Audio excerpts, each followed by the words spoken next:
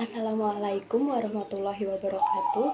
Nama saya Dewi Ayu Lutfiah, NIM-nya 19110202227 dari kelas 2D Keperawatan S1 Universitas Muhammadiyah Purwokerto. Di sini saya akan melakukan penyuluhan tentang penyakit varicella atau cacar air.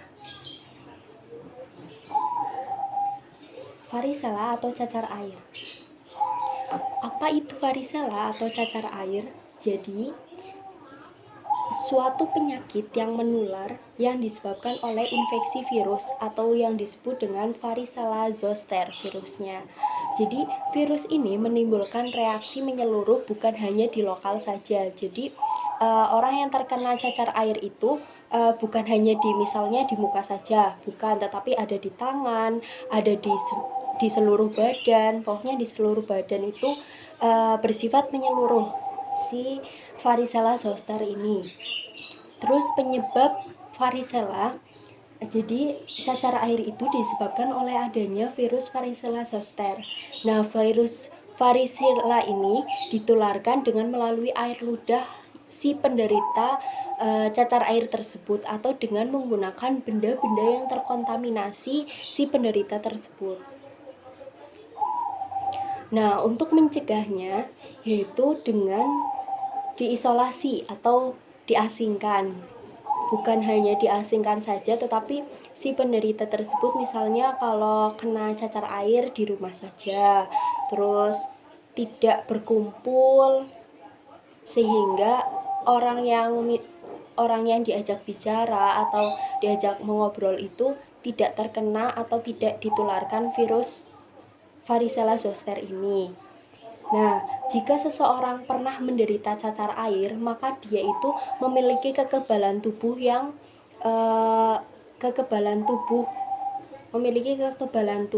yang baik. Tetapi virusnya itu bisa tetap tertidur di dalam tubuh manusia, lalu kadang menjadi aktif menjadi herpes zoster. Jadi virus ini kadang bisa tertidur di dalam tubuh manusia, tetapi kadang bisa hidup kembali dan menjadi herpes zoster. Nah, apa saja sih penyebab varicella tersebut atau penyebab cacar air? Yang pertama itu pola hidup yang tidak sehat. Biasanya yang menyebabkan pola hidup tidak sehat, misalnya orang tersebut kurang makan sayur, kurang makan buah, kurang minum yang bervitamin. Intinya itu pola hidupnya itu tidak sehat. Terus disebabkan oleh virus yang disebut dengan varicella zoster. Terus lemahnya sistem kekebalan tubuh. Biasanya orang yang belum terkena cacar air itu sistem kekebalan tubuhnya itu lemah.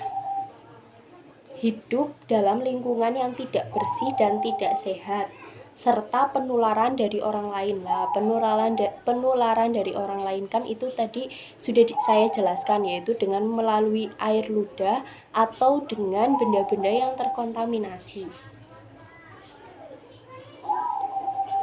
Cara penularan varicella yaitu kontak fisik dengan si penderita. Jadi kontak fisik dengan si penderita itu yang menyebabkan virus itu menyebar ya, dari satu orang ke orang lain. Cacar air sendiri itu dapat menular melalui bersin, batuk, terus pakaian pasien yang tercemar, dan benda-benda yang terkontaminasi. Gejala varicella atau cacar air. Jadi cacar air itu dapat menyebabkan penyakit parah. Bahkan biasanya maut pada tiap golongan usia. Jadi waktu inkubasi cacar air itu sekitar 15 sampai 21 hari. Diikuti dengan ruam berbintik berwarna merah yang pada mulanya yang kemudian menjadi lepuh dalam waktu beberapa jam. Lah, bintik-bintik merah itu biasanya kan kadang kadang berisi cairan, kadang juga berisi nanah. Nah, biasanya siapapun yang belum pernah menderita cacar air itu dapat terjangkit. Siapapun yang pernah menderita cacar air itu dianggap kebal dan tidak memerlukan vaksin, yaitu sekitar 75% dari masyarakat menderita infeksi cacar air sebelum usia 12 tahun. Biasanya orang yang terkena cacar air biasanya kan anak-anak yang masih kecil. Nah, kadang juga ada yang orang dewasa yang terkena cacar air, biasanya karena menular ataupun dari kecilnya belum terkena cacar air, ya bisa juga. Cacar air ini berbeda dengan cacar biasa. Biasanya bekas gelembungnya yang ditimbulkan itu pada umumnya akan hilang, kecuali 1-2 buah yang gelembungnya itu terkena infeksi. Biasanya itu nggak bisa hilang. Isi gelembung itu biasanya bening, tetapi ada juga yang biasanya ada nanahnya.